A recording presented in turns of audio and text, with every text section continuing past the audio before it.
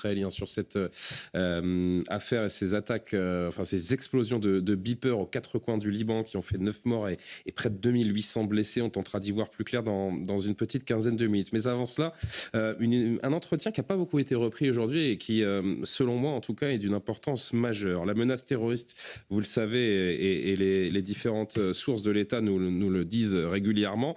La menace terrorisme remonte en puissance sur le territoire français. La nouvelle patronne de la DGSI s'est exprimée aujourd'hui pour la première fois depuis qu'elle est en poste sur RTL. Les derniers actes ont marqué, notamment en raison de l'âge des auteurs, qui sont de plus en plus jeunes, précise Céline Berton, nommée à la tête des renseignements français en décembre dernier. Écoutez-la, et on va être avec Didier Lemaire, qui est évidemment ce professeur de philosophie qui avait été exfiltré de son établissement de Trappes parce qu'il était menacé. Bonsoir monsieur, vous allez nous donner votre avis dans un instant. Céline Berton d'abord. Le fait est qu'on a de plus en plus d'individus qui ont moins de 21 ans et qui pour un certain nombre d'ailleurs sont mineurs, qui portent des projets violents. Et le sujet central de l'évolution de ce phénomène, c'est la dimension numérique de la radicalisation. Ils sont combien à peu près? C'est difficile de vous donner, c'est difficile de vous donner un chiffre. Je connais les individus que nous suivons. Vous en suivez combien? On en suit quelques milliers. Quelques milliers de jeunes? On suit quelques milliers d'individus porteurs de radicalité pouvant conduire à une action terroriste. Ce qui est frappant, c'est la fulgurance de leur radicalisation et la capacité à consommer du contenu hyper violent sous l'influence d'un certain nombre de plateformes numériques qui jouent aussi sur les algorithmes en leur mettant à disposition des images extrêmement violentes, pas nécessairement d'ailleurs initialement alimentées par une idéologie terroriste ou une idéologie religieuse radicale, mais avec une consommation qui les amène à aller vers ce type de sujet. Bonsoir Didier Lemaire, merci beaucoup donc d'être avec nous pour réagir quelques instants à ces propos de Céline Berton. Alors on savait que l'islamisme radical était un sujet dans notre pays. Ce que l'on comprend petit à petit, c'est que les plus jeunes sont de plus en plus intoxiqués à ce récit qui les perd et qui leur permet d'échapper à notre récit. Vous avez constaté, vous, dans vos années d'enseignement, notamment à Trappes?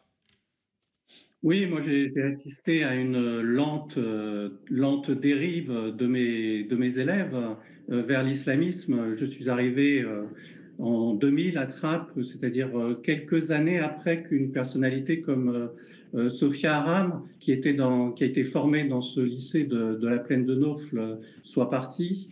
Au départ, je suis arrivé dans un lycée qui était un lycée comme les autres, avec une grande mixité sociale et culturelle, avec des jeunes filles issues de l'immigration et issues du monde musulman qui revendiquaient leur appartenance à la société française, qui disaient par exemple en classe « nous ne serons pas comme nos mères, nous ne servirons pas les hommes à table » par exemple. Il y avait donc toutes les conditions de ce qu'on peut appeler l'assimilation, qui est une valeur républicaine, une valeur fondamentale. Et puis, année après année, j'ai vu ce glissement se produire et s'accélérer d'ailleurs à partir de 2015-2016. Les réseaux sociaux sont le coupable idéal, selon vous? Oui, je crois qu'il y a une confusion peut-être entre les moyens et les causes.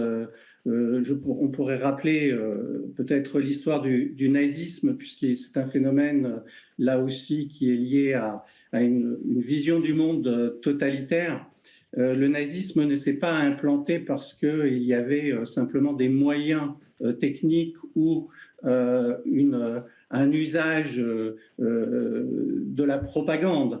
Le nazisme s'est implanté en Allemagne sur le fond de certaines peurs qui ont été cultivées, qui étaient présentes, mais qui ont été cultivées par les nazis, la peur de l'envahissement des Slaves et la peur des Juifs. C'est ça qui a transformé la peur en un instrument de haine et en un programme politique. Nous assistons, je pense, en France au même phénomène, au même type de phénomène, un phénomène de rejet de nos mœurs, de rejet de nos normes, de nos valeurs, Et ce rejet s'exprime d'abord sous forme de peur avant de se convertir en haine. Vous restez avec nous, je vous donnerai une dernière fois la parole, Didier Lemaire. Je voudrais faire un rapide tour de plateau. Raphaël Steinville, je crois que les derniers chiffres, il y a quelques mois, parlaient d'environ 1 millier de jeunes mineurs radicalisés dans ce pays. Ce sont des chiffres qui, à l'échelle, bien sûr, de la population, restent modestes, mais on comprend bien qu'ils sont croissants. On comprend qu'il y a un souci, et la patronne de la DGSI l'exprime, qui est vraiment très sérieux. Il y a un enjeu sécuritaire, judiciaire important. C'est maintenant qu'il faut mettre le paquet sur ces réseaux sociaux, sur la façon dont ces jeunes sont conditionnés, ou alors c'est une génération entière qui risque d'être perdue et qui risque de nous menacer surtout. Il se trouve que ces derniers mois, à plusieurs reprises, on a eu l'occasion de rencontrer la patronne de la DGSI, Céline Berthon. Le chiffre qu'elle évoquait à l'époque, c'était en mars, c'était 800 jeunes suivis par les services qui avaient moins de 18 ans, et pour certains, ils avaient même 11 ans. Donc 11 il y a une... 11 ans, ouais. Il y a une... oui, on en a tous conscience, enfin, c'est une évidence de le dire, mais on ne naît pas terroriste, et on ne naît pas radicalisé, on ne naît pas islamiste, on le devient. Il y a une fascination, alors même que l'État islamique, notamment, est en perte de vitesse, il y a toujours une fascination pour Daesh de la part qui s'exerce sur la jeunesse et qui est entretenue par un certain nombre de prédicateurs, notamment sur des boucles Telegram et sur les réseaux sociaux et sur des chaînes YouTube, sans que ces chaînes ne soient supprimées.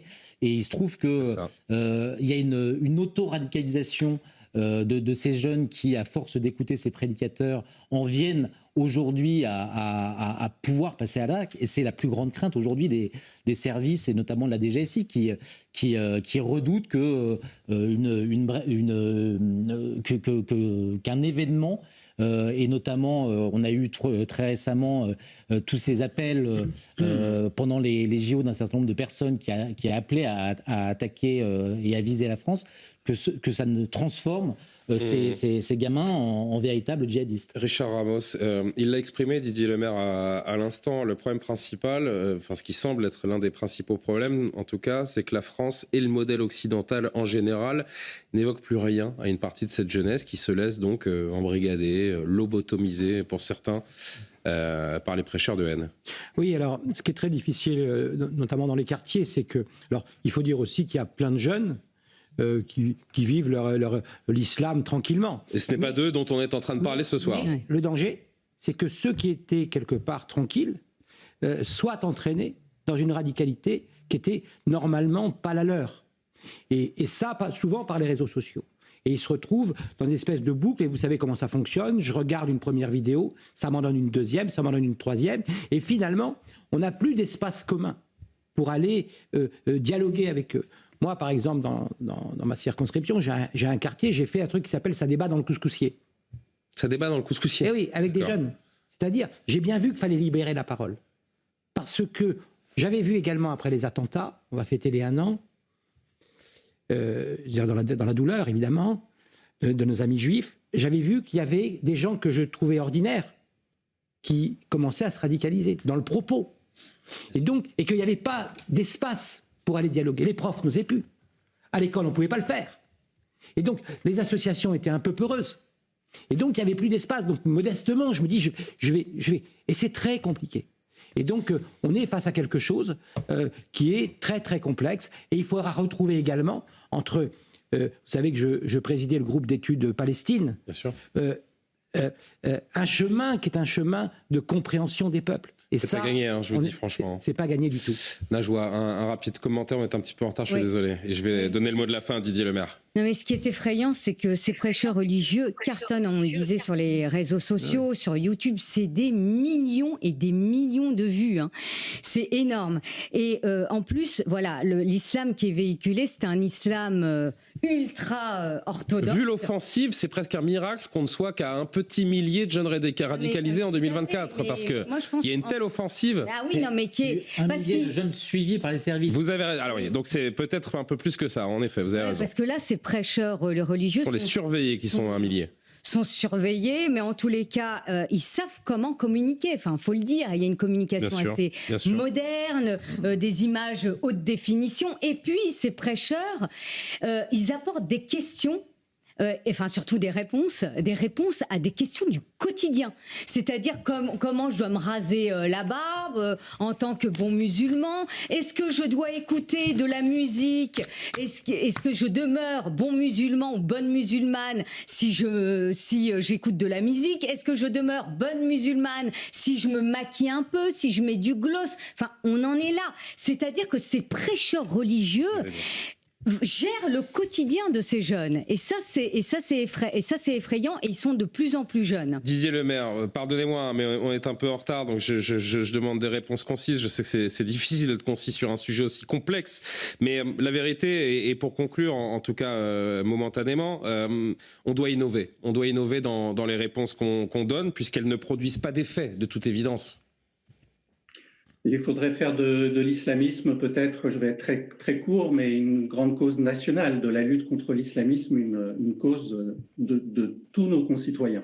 Et là, ça demanderait quand même un énorme courage politique, et je ne suis pas certain que ceux qui nous gouvernent en soient capables, en tout cas à l'heure où l'on se parle, faire de l'islamisme une cause politique majeure. C'est pas la priorité du moment. Répétez, pardon, monsieur le maire. Pardon, mais tôt ou tard, nous devrons le faire, tôt ou tard. Il semblerait que vous ayez raison, mais l'avenir nous le dira. Merci d'être intervenu sur CNews, Didier Lemaire, professeur de philosophie, et j'espère qu'on aura l'occasion d'évoquer ces sujets plus longuement prochainement avec vous. Je vais remercier Raphaël Steinville, Najwa El Haïté, Richard Ramos